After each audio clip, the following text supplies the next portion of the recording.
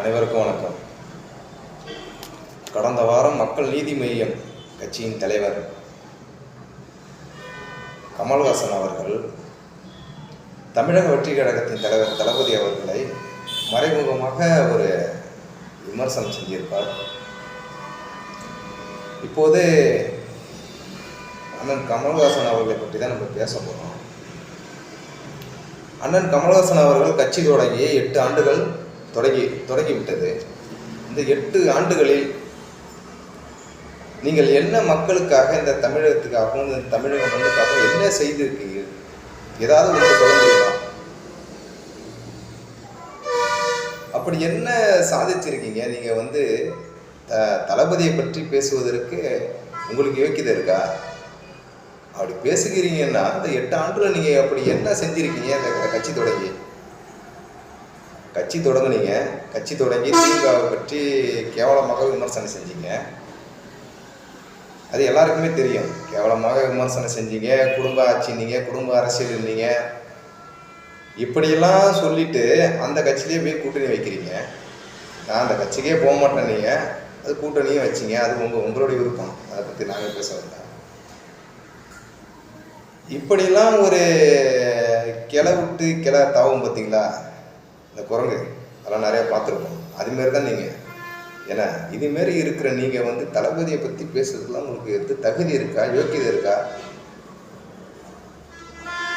கட்சி தொடங்குனீங்க, சரி. கட்சி தொடங்கி அதுக்கப்புறம் நீங்கள் என்ன பண்ணீங்க?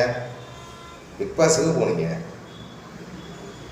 நீங்கள் இந்த தமிழகத்தை ஆளணும், இந்த தமிழ்நாட்டு மக்களுக்கு எதெல்லாம் செய்யணும், தமிழ்நாட்டில் பல குறைகள் இருக்கிறது, மக்களுக்கு நிறைய தேவைகள் இருக்கிறது, அதை பூர்த்தி செய்யணும். அதுக்காக நம்ம ஏதாவது இந்த கட்சி ஆரம்பித்து இந்த கட்சியால் அந்த மக்களுக்கு எதனா செய்யணும்னு நினச்சி வந்தீங்களா? அப்படி இல்லையே. உங்கள் ஆதாயத்துக்காக கட்சியை தொடங்குனீங்க. கட்சியை தொடங்கி பிக் பாஸுக்கு போயிட்டீங்க. அங்கே தான் உங்கள் பழப்பே போயிட்டுருக்கு. இதெல்லாம் ஒரு கட்சி தலைவர் பண்ணுற வேலையாது. இதுக்கெல்லாம் நீங்கள் தகுதியானவரா? தளபதியை பற்றி பேசுறதுக்கெல்லாம் உங்களுக்கு தகுதி இருக்கான்னு இதெல்லாம் வச்சு தான் சொல்கிறேன்.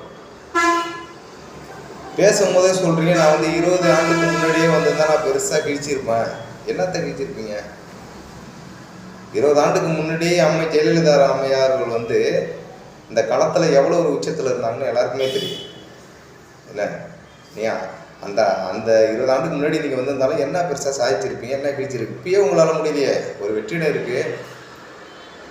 அப்படி வெற்றிடம் இருந்தும் அதனால் உங்களால் ஒன்றும் செய்ய முடியல. போய் திமுகவை கூட்டணி வச்சுக்கிட்டு ஒரு சீட்டுக்காக அங்கே போய் குழப்பம் நடத்திக்கிட்டு இருக்கீங்க.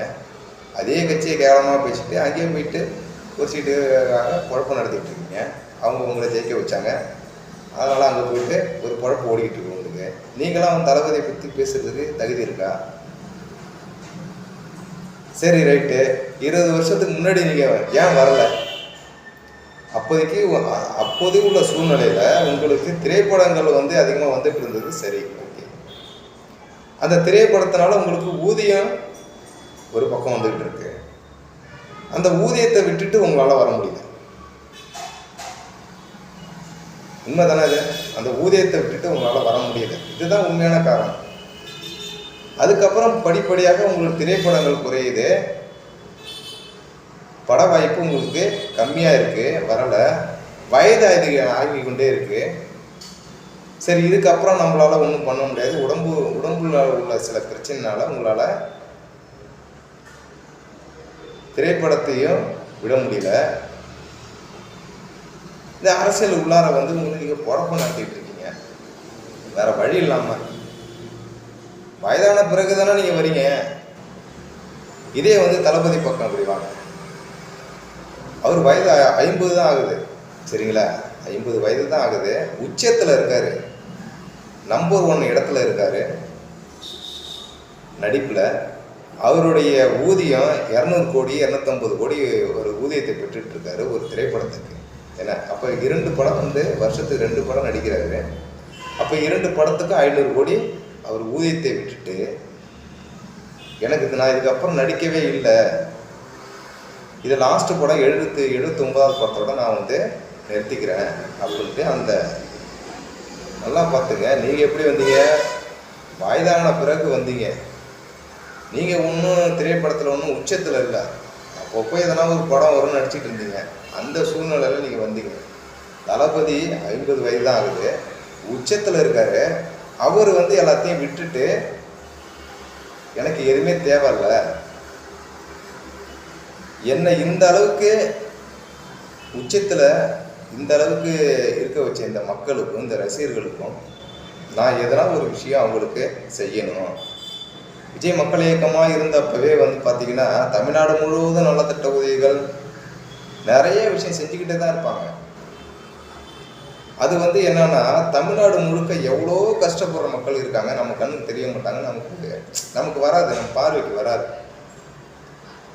அப்படி வராத சூழ்நிலை அவங்களுக்கு நம்மளால எதுவும் செய்ய முடியாது. அப்போ தளபதி என்ன நினைக்கிறாரு, சரி நம்ம கட்சியை தொடங்குவோம்.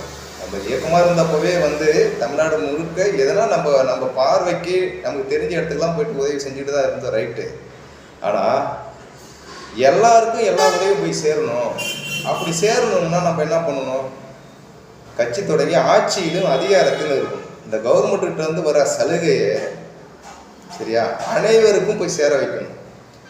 தன்னால் முடிந்த உதவிகளையும் கவர்மெண்ட் மூலயமாக சேர்த்து இந்த ஆட்சியில் அதிகாரத்தில் இருக்கும்போது ஒட்டுமொத்த தமிழ்நாட்டு மக்களுக்கும் போயிட்டு அனைத்து சலுகைகளும் போய் சேரணும் அப்படின்னு நினச்சி அவர் கட்சியை தொடங்குறாரு. உங்களை மாதிரியா ஏதாவது ஒரு கட்சியில் ஒரு கூட்டணியை வச்சுக்கிட்டு 5 சீட்டுக்கும் 2 சீட்டுக்கும் ஒரு குழப்பம் நடத்துறதுக்காக நீங்கள் கட்சியை தொடங்கிட்டு நீங்கள் வந்து தளபதியை பற்றி போகிற போக்கில் பேசிட்டு போகிறீங்கன்னா இதை வந்து எப்படி எடுத்துக்கிறது? நீங்கள் வந்து தளபதி பற்றி பேசுறதுக்கு உங்களுக்கு என்ன தகுதி யோக்கியதை இருக்குன்னு நான் கேட்குறேன்.